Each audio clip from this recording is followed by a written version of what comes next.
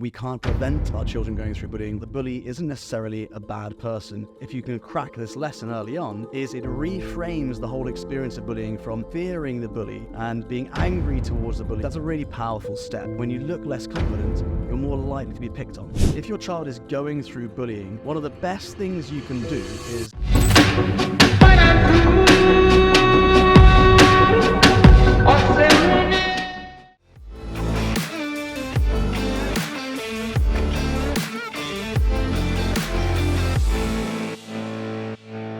in the last episode, I talked about the reality of bullying. I talked about how all the research we've done and the work towards helping parents transition through the really difficult and traumatic experience of their children going through bullying all comes down to one key factor. We can't prevent our children going through bullying. We can only empower them to overcome it on our own. And also the understanding that bullying is likely to happen at some point. So today I wanted to give you more practical advice. What I've given you is probably a pretty terrifying insight into bullying, which it shouldn't necessarily be, because there are lots of things we can do as parents to prepare our children for the difficult transition of bullying. And so what I'd love to do is to guide you through the steps that I've got in the Not a Victim book, which became a bestseller, and they are the P's of helping your child transition through bullying. So I'm going to quickly go into them now. What I don't want to do is to make this a really lengthy episode, because I can talk about this forever, because it's such a deep topic which has affected so many of our warrior families' lives. But there are 6 steps in the Not a Victim process, the 6 P's, which we're going to go through right now. So hopefully if you're listening to this, you can quickly get involved straight away. If your child is going through bullying in this episode, you can listen to this and use some of the tips straight away to help your child before they go to school the next morning, if that's the situation they're in. So step 1 is perception. It's having a shift in our understanding of bullying. It's understanding that the bully isn't necessarily a bad person and trying to teach that to your child. Now, one of the best ways we can teach that to children is through telling a story. And so what you could do is you could tell a story of how your child is, or a child, a fictional character, is being bullied, and the bully themselves has a name, and the bully is going through a difficult time at home. Maybe their parents are arguing a lot, or they're upset about something at home. Maybe their older sibling is picking on them, and so they're really angry and upset. They go to school and they immediately start bullying someone else, until we realize the main character, who's the victim in the bullying experience, realizes what the bully is going through and starts to help them and understand them and show empathy towards them.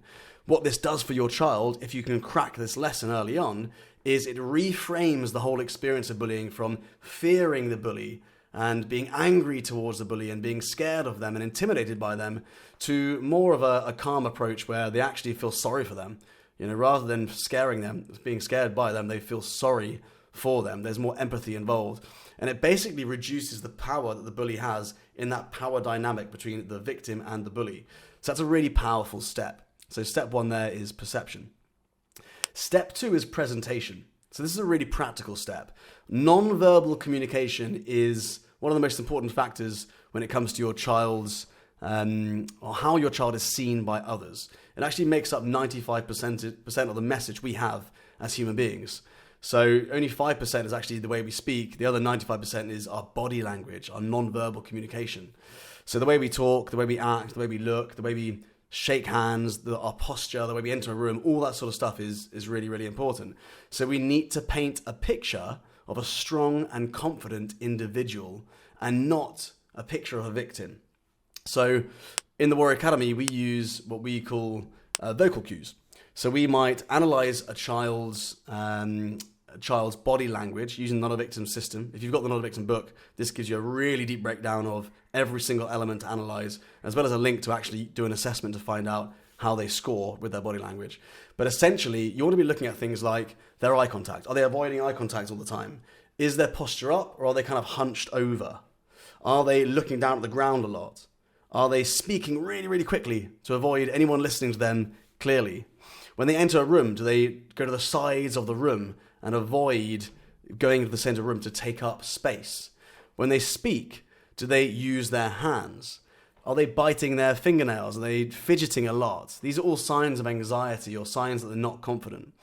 So one of the tools I've used with young people is I've encouraged them to walk in and out of the room, and I've said, I'm the bully, given me a name, and I've asked them to walk into the room and greet me by my name and then sit down next to me or sit down opposite me. And what you'll find is that it really takes them back to what it actually feels like to be in that situation themselves. So they'll walk into the room and they will avoid eye contact, and I'll start to pick up on the things that I really know is a victim body language, if you like, right? Which doesn't show confidence or strength.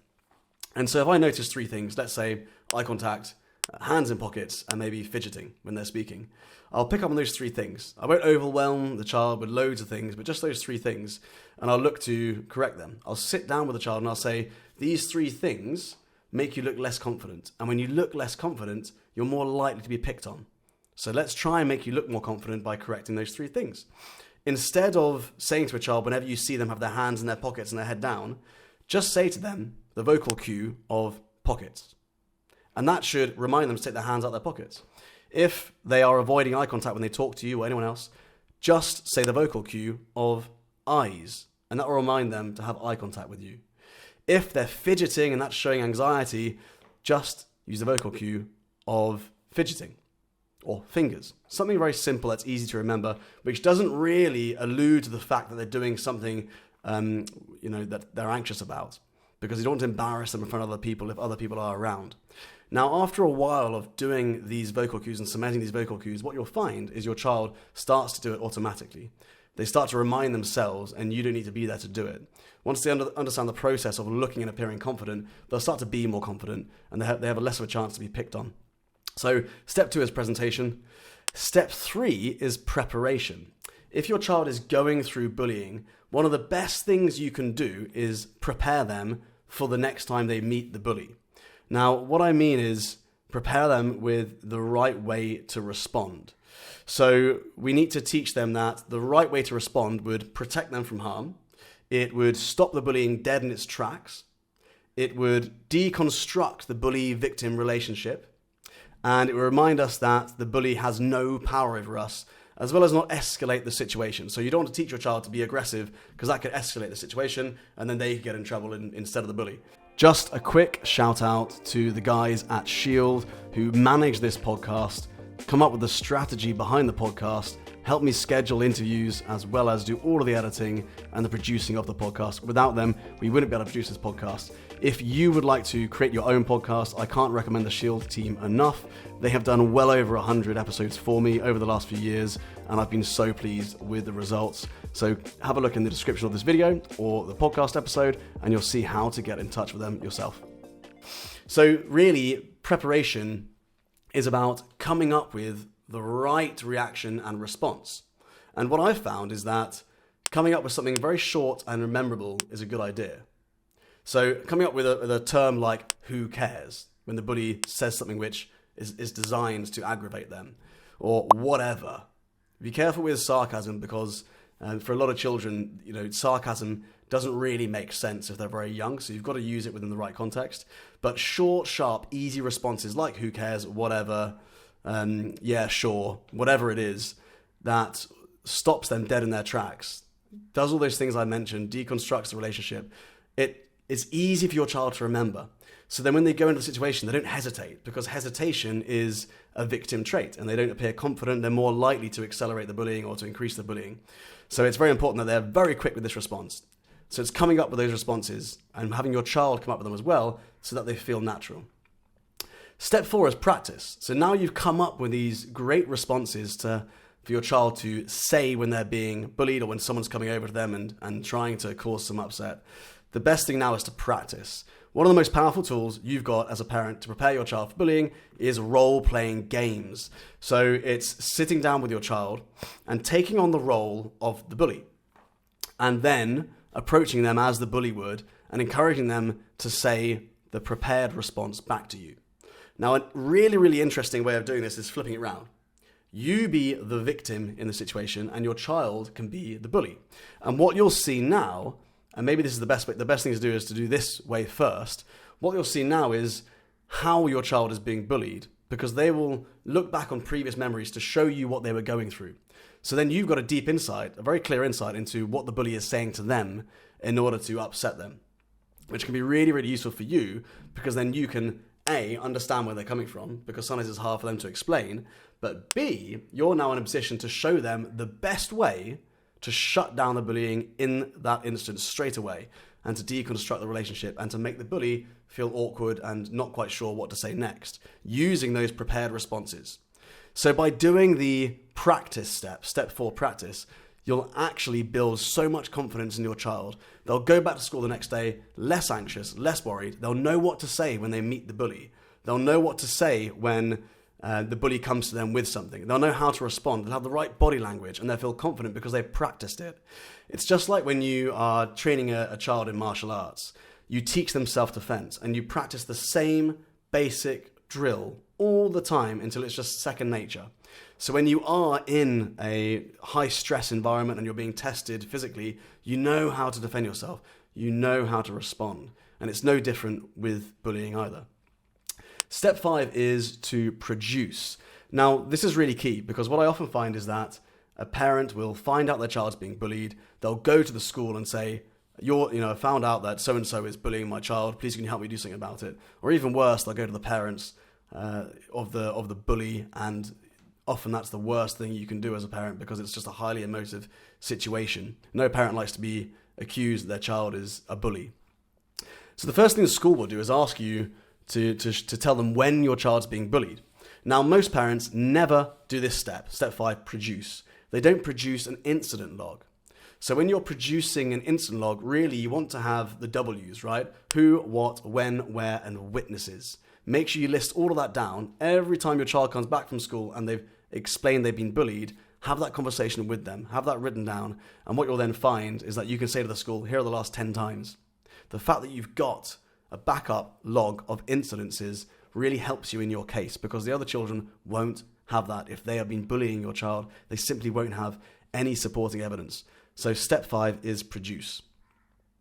By the way, just to add into that, make sure you never confront other parents about this. It's the worst possible thing you can do, to go up to another parent and say, your child's been bullying my child. It's the worst thing to do, because like I said, no parent wants to be accused of that. Everyone thinks their child is, God's gift, and wouldn't even dream of bullying another child. But we often don't know what our children are like behind closed doors.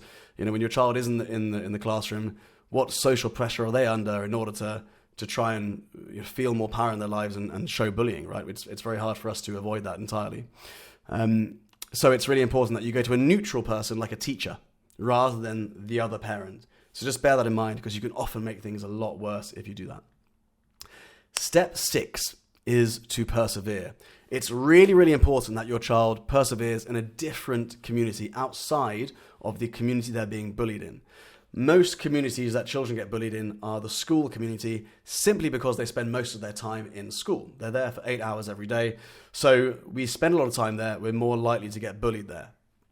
So it's really important that they're part of a separate community outside of school that provides them with support, provides them with a community, helps develop their confidence. And it's even better if that community is all focused around developing your child's character, because it will teach them things like confidence, like developing their conduct and behavior, like developing their concentration, like developing empathy and leadership skills and self-love. It will help your child become and feel more empowered, which will help them transition through bullying a lot faster. Children who go through a very well-structured character development program from a young age are more likely to transition through bullying at a much faster rate. So that's why we say persevere as step 6 in a separate community. So that is it. We are about 13 minutes into this one, so slightly longer than our normal goal of sort of 5 to 10 minutes for these deep dives. But I hope you found it useful. I hope it gives you practical advice to help your child if you're going through bullying right now, in the emergency situation, and you need some help and support. I hope this does help you. If you need more of a deep dive on this, then we have got the Not a Victim book. It became a bestseller. It's an audio book as well as a physical book you can buy on Amazon. So have a look into that. The description will be in the YouTube video here, or our podcast episode as well. And if you're enjoying these episodes, make sure you subscribe both to YouTube and to the podcast you're listening to, so that you do not miss an episode. looking forward to seeing you all at the next one. Take care. I really hope you enjoyed today's Warrior Academy podcast episode. We're going to keep creating these episodes because I know that so many parents find them useful or get insights or get ideas about how to develop their child's character. But it all comes down to the 3 C's: confidence, conduct, and concentration. So if you want to get a deep insight into the levels of confidence your child has, the level of concentration they have, or the level of conduct they have, so that you can actually put a score next to it and then work towards increasing those scores like we do in the Warrior Academy, then I'd love to invite you to fill in the Breakthrough Area Assessment. It takes about 5 minutes of your time, and you will get a personalized PDF report on your child's 3 C's. So I really hope you find that useful. It's completely free, and let us know how you find the PDF and the feedback you get from the Breakthrough Area Assessment in the comments below. Take care.